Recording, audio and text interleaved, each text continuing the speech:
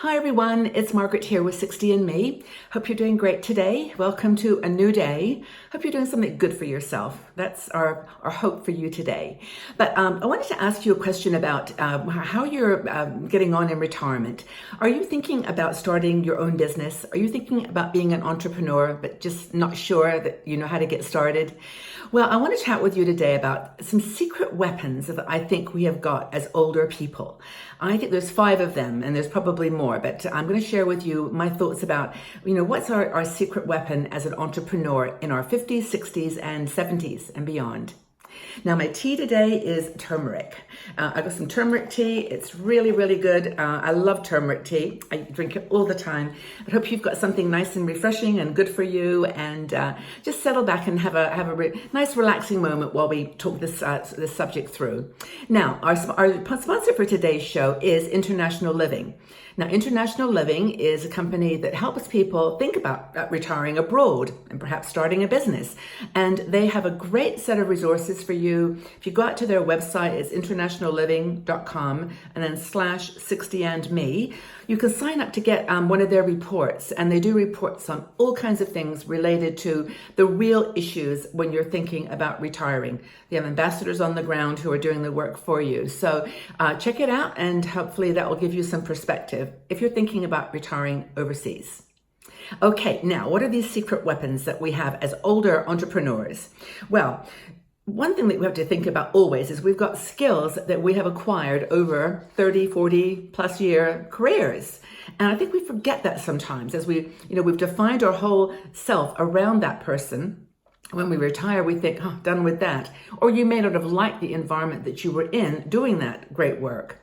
But if you have just put that as the basis, that you are, capable, you're knowledgeable, you've got skills and talents, that's where you start. Now, Hilary Henderson wrote this article. She's an entrepreneur, as I am. So I really feel like I can share with some of this with you from the bottom of my heart. And I think the first thing that she talks about, which I think is such an important one, is that even though we're bringing to the table things that we've done before, perhaps we have expertise in an area, we've got a different set of goals. Our goals may be to make money. That's probably one of the key reasons, is to have a little extra cash to supplement our income in retirement. But there's also something bigger than that. It's something, when you start a new business in your 60s or 70s, you're actually doing it because you love it. It's a topic that you're passionate about. It's something that you care about.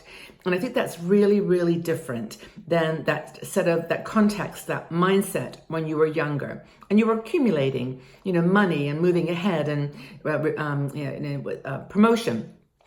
Now you're kind of thinking, okay, now what can I do that's going to bring me joy? That's really going to be taking all those skills and turning them into something that I love. Now, the other thing is, when we're older, we're looking for reasons to contribute. And this is another secret weapon, because what it means that we do is we want to leave some kind of a legacy. It's just natural that as you get older, even if you're doing the same kind of work, you want to make it matter. And so I think your marketing becomes more heart-focused. It becomes more people-focused. And so if you're advertising your new business, and if it's something, that you're talented and good at, you do it in a different way. You really genuinely want to help that person with whatever it is you're offering. And I think our business focus then changes from being, obviously making someone else successful, another company that we're working for, to doing it for ourselves and building a legacy that's powerful. That's really important. And then, of course, the third secret weapon is that we actually have skills and we want to use them. That we actually can repackage the skills in ways that meet our passion, meet the world that we want to be creating. So, for example, if you were a teacher for 35 years, 40 years, you may not want to teach high school kids again or young kids again, but you could teach something else. You can turn those skills and talents into something that you love to do. And that's another secret weapon. We've got more than just the teaching certificate or the nursing certificate. We can do something bigger and deeper with our skill. And that's a secret weapon that is actually something that younger people don't have. They've got a whole set of other things that are good for them, but they don't have that kind of, depth of connection to their work. Another thing and this is a huge secret weapon, we know so many people. We have got a huge network to pull from. I recently decided to go out to LinkedIn and just make some connections with people who are doing work in the area with older people, with people in our community's age. And I met all kinds of people. I realized I had about 500 connections that knew two or three people in the same group. It was wonderful. And I actually took me several days to try to catch up with them all. But you really do know a lot. So, and it does work. I know LinkedIn, people have sort of used it during their working career, and it's very valuable for that.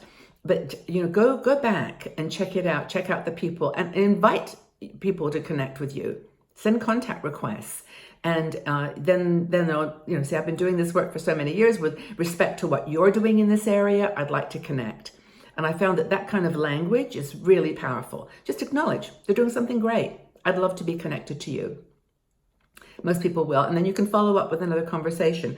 So another thing is most of us have some people in our communities who have made it, who are in a senior position in a company that might be able to provide some help to us. And they may have been people who had a different set of skills. Like, if you were in a field where you were doing like marketing, they may be in operations or in logistics and be able to help you with distribution of your goods if you're thinking of selling goods online. There's people that who have made it in their careers who would be maybe happy to share. Maybe they'd remember you from your work career. You don't know how much you impact people in your work until you move away from it. It's amazing. I often send a note to someone and say, oh, yes, Margaret, of course, I remember you did this and that. And I thought, they did? They remembered that? Because, you don't think at the time. So anyway, network I think it's probably the most valuable secret weapon that we have as older entrepreneurs. And draw on people's help to move your business forward. There's nothing wrong with that at all. And then the final thing that Hilary talks about is staying aware of your heart. In this whole thing, that you have got a softer side to you now. You've got you've got a capability where that you can make a difference. You don't have to be like changing the whole world, but that you've learned things over your life that would be great as a mentor, as helping someone else as they're getting started. And I think it's really important. You kind of know what you have to offer, and you know how to market it.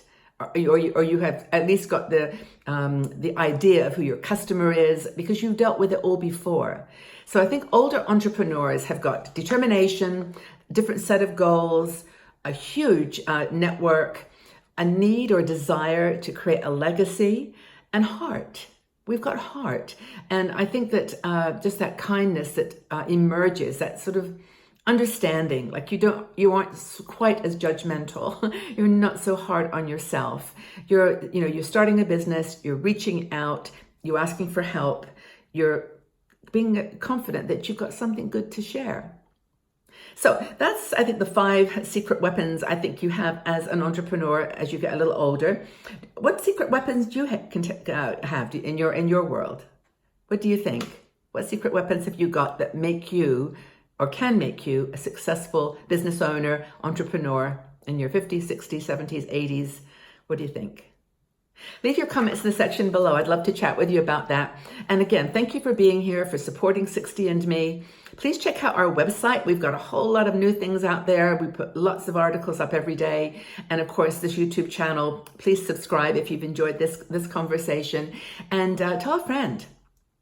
The more the merrier. We've got so much going on in our community right now. We're happy to have you with us. We've got new sites, by the way, Retire Different, She Cruises, Learn to Simplify, all sister sites to 60 and Me. So anyway, I wanted to put that in at the end. But the most important thing for this question is, what do you think are your secret weapons in starting a new business in your 60s? Take care, everybody. Have a really fabulous day, and we'll talk again very soon. Bye-bye for now.